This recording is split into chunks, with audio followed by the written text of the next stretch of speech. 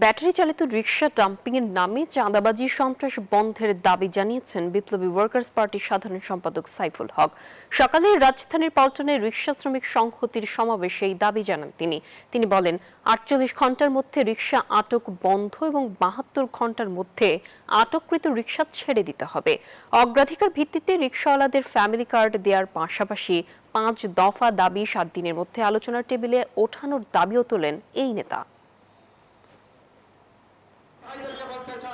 মেহরবানি করে সন্ত্রাসী মাস্তান গুন্ডা চাঁদাবাজ ওদেরকে গ্রেফতার করেন, কিন্তু আর কোন রিকশা শ্রমিকের গায়ে আপনারা আমরা হাত দেবেন, এটা কোনোভাবে আমরা বরদাস্ত করব না। এই রিকশা শ্রমিক শ্রমজীবী মানুষের তাদের যদি উন্নয়নের মধ্য দিয়ে সরকারকে প্রমাণ করতে হবে যে আপনারা শ্রমিক বান্ধব সরকার।